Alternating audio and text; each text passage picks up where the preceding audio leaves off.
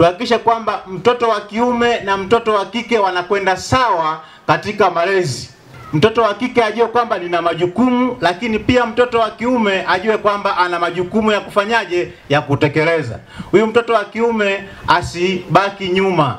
Akibaki nyuma, manake tunakuja kutengeneza janga baadaye ambalo kuja kuliziba itakuwa ni changamoto kubwa. Tuhakikishe kwamba hawa watoto wanapata malezi bora na tuhimize sana maadili. Na nyinyi watoto ambao mnaambiwa na wazazi kwamba mfanye mtihani vibaya, mhakikishe mnafanya mitihani vizuri ili muweze kufaulu mitihani na baadaye ziweze kuwasaidia huko mbele.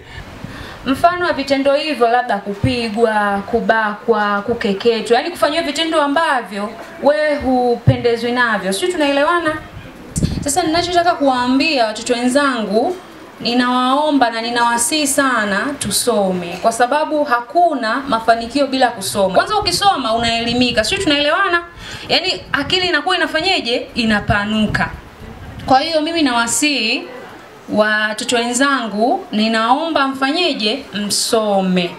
Nataka niwaulize watoto kwamba mnajua haki zenu za msingi kwa watoto? Ndio. Tunasema kwamba watoto wote wasome, watoto wote wana haki, na watoto wamejibu kwamba kuna haki zao za msingi wanazijua. Kwa hiyo baina ya mzazi na mwalimu na mwanafunzi, watu hao watatu, mwanafunzi akisimama katikati, nadhani watoto wetu watatimiza ndoto zao. Kwa hiyo tubadilike, tuache mazoea, watoto wetu wapate haki elimu wote kwa pamoja. Wangu na watoto mlioko hapa, naomba mnisikilize kwa makini sana. Sisi serikali tunapata wakati mgumu sana, mnaotudanganya watoto wametoroka. Kumbe watoto hao hawatoroki, nyinyi mnaenda kupiga hela. Kupiga kwenyewe hela mnatuumiza sisi wazazi na taifa, mnatuumiza kweli. Wewe mzazi unakubaliana unauza mtoto wako akafanya kazi ya ndani. Kwa hiyo huu ujumbe utoshe kwa wazazi. Huu ujumbe utoshe kwa wanafunzi. Wewe una akili, mwanafunzi tunakuzaa, wewe mtoto tunakuzaa, una akili. Kataa kitu ambacho naelekeza sio sahihi, goma. Mwambie mama, mimi naenda shuleni, siendi kufanya kazi ya ndani. Kama hela utaipata nikisoma, nikiwa nesi, nikiwa mwalimu, nikiwa daktari, nikiwa mkulima aliyesoma, nikiwa afisa kilimo. Lakini na nyinyi wazazi, acheni tabia kupeleka watoto mikoani. Hakikisheni mnafundisha. Uchumi upo.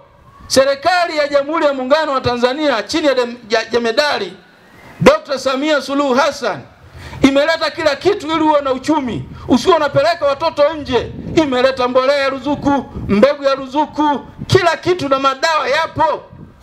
Ili uchumi wetu ukue, lima, fanya kazi.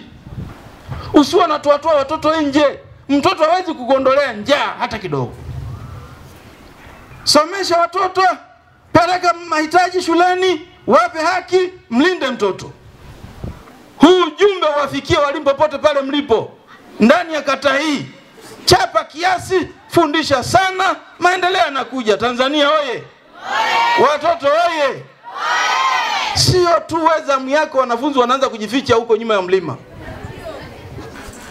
Na viboko vinaruhusiwa vingapi? Sheria mnazijua. Sio unapiga walimu 6 wanamzunguka mwanafunzi mmoja. Huo ni ukatili. Acheni hiyo tabia. Na nyinyi wazazi ambao mtoi michango shuleni, nani, huo ni ukatili. Kwa nini mtoto haya anaenda shule menyesika, chakula hujampelekea? Hilo natoa wito ndani ya kata hii na ndani ya halmashauri hii, kwa sababu leo sherehe hii ni ya kiwilaya. Wilaya oye! Singida DC Gunto! Singida DC Gunto! Chaula Gunto!